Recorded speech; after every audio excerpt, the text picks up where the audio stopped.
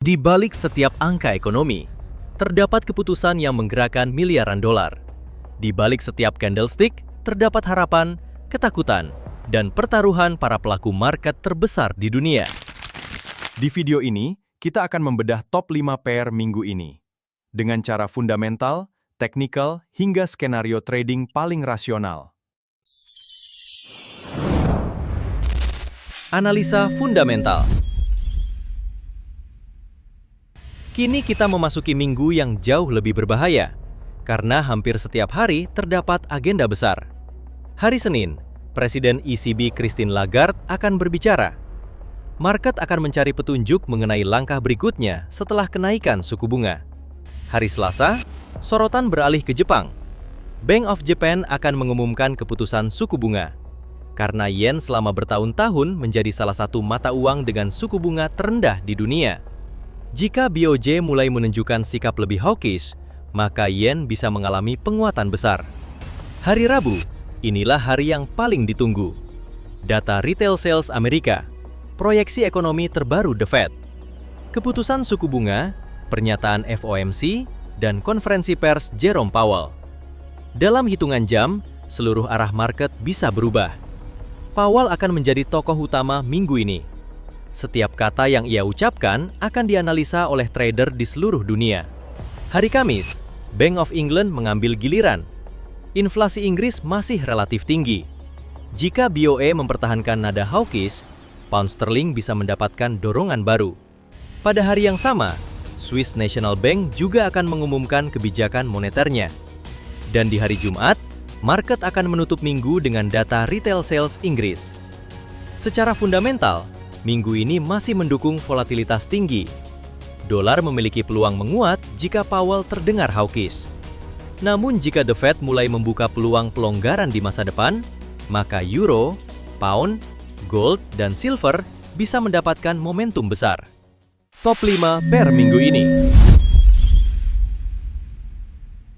Pertama, pair Euro USD pada time frame H4. Saat melihat struktur market saat ini, satu hal langsung terlihat jelas. Tren besar masih berada dalam tekanan bearish. Perhatikan bagaimana harga terus membentuk lower high. Setiap kali buyer mencoba mendorong harga lebih tinggi, seller kembali muncul, menciptakan puncak yang semakin rendah, membentuk pola penurunan yang sangat terstruktur. Tren line turun yang membatasi pergerakan harga masih valid. Selama garis ini belum ditembus, seller masih memegang kendali. Kemudian kita melihat EMA. EMA cepat telah berada di bawah EMA lambat. Ini menunjukkan bahwa momentum jangka pendek masih berada di tangan seller. Harga memang sempat melakukan pemantulan, namun sejauh ini pemantulan tersebut masih terlihat sebagai retracement. Belum cukup kuat untuk mengubah arah tren utama. Sekarang mari kita lihat area yang paling diperhatikan institusi besar. Di sisi atas, terdapat area resistance di kisaran 1,1600 hingga 1,1650. Ini adalah wilayah yang sebelumnya menjadi area distribusi, tempat di mana seller kembali masuk ke market dalam jumlah besar. Di atasnya terdapat zona supply utama di 1,1680 hingga 1,1740. Inilah benteng terbesar seller, zona yang menjadi awal dari penurunan besar sebelumnya. Jika buyer berhasil menembus area ini, maka struktur market berpotensi berubah secara signifikan. Namun hingga saat ini, zona tersebut masih menjadi wilayah pertahanan seller. Sekarang mari kita melihat sisi bawah market. Ada support utama pada area 1,1540 hingga 1,1500. Area ini telah beberapa kali menahan tekanan jual. Setiap kali harga mendekat, buyer kembali muncul, menunjukkan bahwa masih ada minat beli yang cukup kuat. Namun di bawah support tersebut, terdapat zona demand yang lebih besar di 1,1490 hingga 1,1440. Ini adalah wilayah yang sangat penting, karena jika demand ini gagal bertahan, maka ruang penurunan akan terbuka semakin lebar, dan seller berpotensi melanjutkan dominasi mereka. Skenario trading. Skenario pertama, bullish. Jika buyer mampu mempertahankan area support dan harga berhasil breakout di atas resistance 1,1600, maka momentum kenaikan berpotensi menuju 1,1650. Target berikutnya menuju zona supply 1,1680 hingga 1,1740. Namun breakout harus valid dan kuat di atas resistance. Skenario kedua, bearish. Jika muncul rejection kuat dari area resistance 1,1600 hingga 1,1650, maka seller berpotensi mengambil alih kendali dengan target penurunan berada di area support 1,1540 hingga 1,1500. Dalam skenario ini, tren bearish akan kembali terkonfirmasi. Market keuangan tidak pernah memberi hadiah kepada mereka yang terburu-buru. Market menghargai mereka yang mampu menunggu, mengendalikan emosi, dan mampu melihat apa yang tidak dilihat oleh kebanyakan orang. Kedua, pair GBP USD pada time frame H4. Struktur market masih menunjukkan karakter bearish correction. Kita bisa melihat bagaimana harga terus membentuk tekanan turun setelah gagal mempertahankan area puncak sebelumnya. Trendline descending masih aktif, dan hingga saat ini, trendline tersebut masih menjadi penghalang utama bagi buyer. EMA cepat dan EMA lambat menunjukkan fase transisi. Harga memang sedang mencoba melakukan recovery. Namun recovery tersebut belum cukup kuat untuk mengubah struktur market secara keseluruhan. Buyer mulai muncul, tetapi seller juga belum menyerah. Area pertama yang menjadi perhatian utama adalah area resistance di 1,3430 hingga 1,3490. Zona ini berkali-kali menjadi lokasi munculnya tekanan jual. Di atasnya terdapat benteng yang jauh lebih kuat, zona supply di 1,3490 hingga 1,3550. Inilah wilayah yang pernah menjadi markas besar seller. Di bawah harga saat ini terdapat area pertahanan buyer, yaitu area support di 1,3360 hingga 1,3310. Area ini sudah beberapa kali menahan tekanan penurunan. Buyer masih menjaga wilayah tersebut. Namun apabila support ini runtuh, maka perhatian market akan tertuju pada zona berikutnya. Terdapat zona demand di 1,3300 hingga 1,3240. Ini adalah area historis yang pernah memicu rally besar sebelumnya. Wilayah yang sering menarik minat institusi untuk kembali masuk ke market. Skenario trading. Skenario pertama, bullish. Jika harga mampu breakout dan closing kuat di atas area resistance 1,3430 hingga 1,3480, maka peluang kenaikan menuju zona supply 1,3490 hingga 1,3550 akan terbuka. Skenario ini berpotensi memasuki fase bullish yang lebih besar. Skenario kedua, bearish.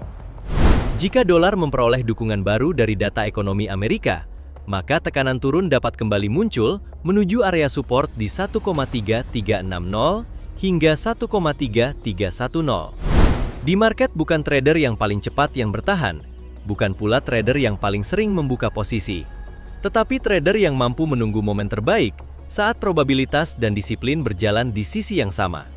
Karena pada akhirnya, chart hanyalah refleksi dari keputusan manusia.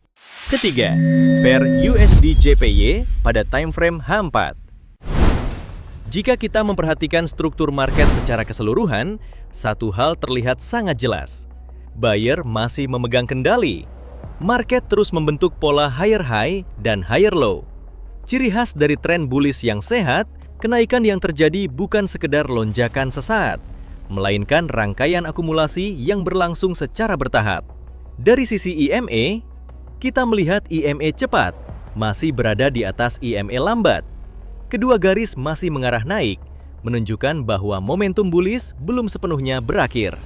Trendline naik juga masih terjaga. Belum ada sinyal break struktur yang menunjukkan perubahan tren besar. Namun, market saat ini sedang memasuki wilayah yang sangat penting. Pada bagian atas terdapat area resistance utama berada pada area 160,40 hingga 160,80. Ini adalah benteng pertama yang harus ditembus buyer. Jika resistance ini berhasil dihancurkan, maka jalan menuju supply berikutnya akan terbuka. Zona supply utama berada di 161 hingga 161,50. Wilayah ini berpotensi menjadi target institusi jika momentum bullish kembali meningkat. Sementara itu, di bawah harga saat ini, terdapat area support penting di 159,90 hingga 159,50. Area ini menjadi garis pertahanan pertama buyer. Apabila support ini mampu bertahan, maka peluang bullish masih sangat besar. Sedangkan zona demand utama berada di 159,30 hingga 158,80. Inilah zona akumulasi yang menjadi fondasi rally sebelumnya. Selama harga masih bertahan di atas demand tersebut, struktur bullish jangka menengah tetap aman. Skenario trading. Skenario pertama, bullish. Jika harga mampu bertahan di atas area support dan breakout secara valid di atas resistance 160,80, maka buyer berpotensi melanjutkan dominasi dengan target pertama berada di zona supply 161 hingga 161,50. Skenario ini didukung oleh kekuatan dolar yang masih dominan di pasar global. Skenario kedua, bearish. Namun apabila harga gagal mempertahankan support dan muncul break struktur bearish, maka koreksi berpotensi terjadi dengan target penurunan berada di zona demand 159,30 hingga 158,80. Skenario ini bisa dipicu oleh aksi profit taking. Di market, bukan trader yang paling sering masuk yang bertahan, bukan pula trader yang selalu benar, tetapi mereka yang mampu membaca cerita besar di balik pergerakan harga. Karena candlestick hanya menunjukkan apa yang terjadi, namun pemahaman fundamental dan struktur market menjelaskan mengapa hal itu terjadi. Selanjutnya, silver pada time frame H4. Struktur market masih menunjukkan dominasi seller. Kita dapat melihat rangkaian lower high dan lower low yang masih terjaga. Inilah tanda klasik tren utama yang bergerak turun setiap kenaikan yang terjadi sejauh ini. Masih tergolong sebagai pullback dalam tren bearish yang lebih besar. EMA cepat dan EMA lambat juga masih menunjukkan tekanan turun.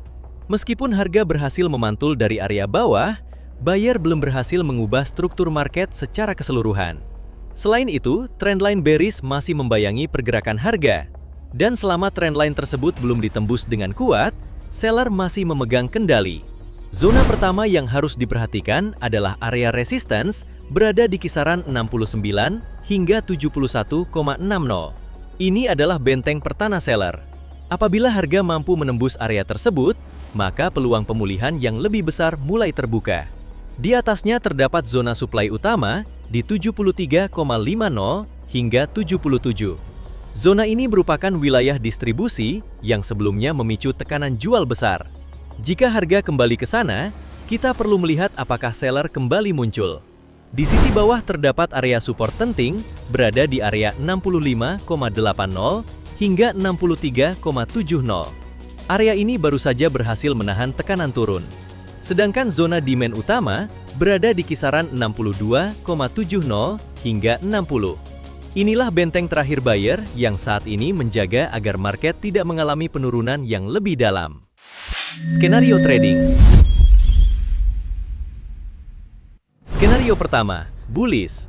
Harga harus mampu bertahan di atas area support saat ini. Kemudian buyer menembus resistance 69. Maka target berikutnya berada di resistance 71,60 dan berpotensi menuju zona supply di area 73,50 hingga 77. Skenario ini akan menunjukkan bahwa buyer mulai kembali menguasai market. Skenario kedua, bearish. Jika harga gagal menembus resistance dan seller kembali mendominasi area tersebut, maka tekanan jual dapat muncul kembali dengan target berikutnya akan mengarah ke zona demand 62,70 hingga 60. Market dapat memasuki fase penurunan yang lebih dalam. Banyak trader berpikir bahwa keuntungan besar datang dari kemampuan menebak arah market. Padahal kenyataannya tidak. Keuntungan besar datang dari kemampuan menunggu konfirmasi, menunggu probabilitas terbaik, dan menunggu market menunjukkan niatnya. Saat ini silver sedang berada di area yang sangat menarik. Tetapi market belum memberikan jawaban final. Terakhir, gold pada time frame H4. Terlihat jelas bahwa gold masih berada dalam struktur bearish. Harga terus membentuk lower high dan lower low. Ini menunjukkan bahwa seller masih memegang kendali utama. Jika kita melihat EMA, harga berada di bawah EMA utama. EMA cepat juga berada di bawah EMA lambat. Susunan ini mengkonfirmasi bahwa momentum jangka menengah masih didominasi tekanan seller. Kemudian kita melihat tren line turun yang masih aktif menekan harga. Setiap kali harga mencoba naik, seller kembali muncul dan mendorong market turun kembali. Inilah karakteristik market bearish yang sehat. Namun ada satu hal yang menarik.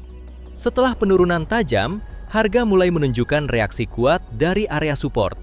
Artinya, buyer mulai memberikan perlawanan. Belum cukup untuk mengubah tren, tetapi cukup untuk menciptakan peluang rebound. Mari kita fokus pada area yang paling penting. Pada bagian atas terdapat area resistance 4280 hingga 4370. Ini adalah benteng pertama seller. Jika buyer mampu menembus area ini, maka peluang pemulihan akan semakin besar. Namun di atasnya masih terdapat area supply besar di 4405 hingga 4515. Disinilah distribusi institusional sebelumnya terjadi. Area ini berpotensi menjadi medan tempur besar berikutnya. Pada bagian bawah, kita memiliki support utama di area 4170 hingga 4070. Saat ini, market sedang bertahan di area tersebut. Area ini adalah garis pertahanan buyer. Selama area ini bertahan, peluang recovery masih terbuka. Namun apabila support ini runtuh, maka perhatian market akan langsung tertuju pada demand besar berikutnya di 4020 hingga 3900. Dan area inilah yang kemungkinan besar akan menjadi target seller selanjutnya. Skenario trading. Skenario pertama, bullish. Jika buyer mampu mempertahankan area support, kemudian berhasil menembus area resistance 4280 hingga 4370, maka peluang kenaikan akan semakin terbuka. Dengan target berikutnya menuju zona supply berada di sekitar 4405 hingga 4515. Dalam skenario ini, kita akan melihat buyer mulai mengambil kembali kendali. Skenario kedua, bearish. Jika harga gagal bertahan di area support dan seller kembali mendominasi market, maka tekanan jual berpotensi berlanjut dengan target pertama berada di area support 4170 hingga 4070. Kemudian berpotensi bergerak menuju zona demand di 4020 hingga 3900. Dalam skenario ini, struktur bearish akan tetap menjadi tema utama market. Market tidak pernah bergerak karena harapan dan arus modal. Tugas kita sebagai trader bukan menebak masa depan, tetapi membaca jejak yang ditinggalkan oleh pelaku besar. Minggu ini, gold sedang berada di persimpangan penting. Apakah ini awal pemulihan? Atau hanya jeda sebelum penurunan berikutnya? Jika kamu merasa analisa seperti ini membantu kamu membaca market, jangan lupa like, subscribe, dan bagikan ke sesama trader. Trade smart, manage risk, dan semoga profit konsisten.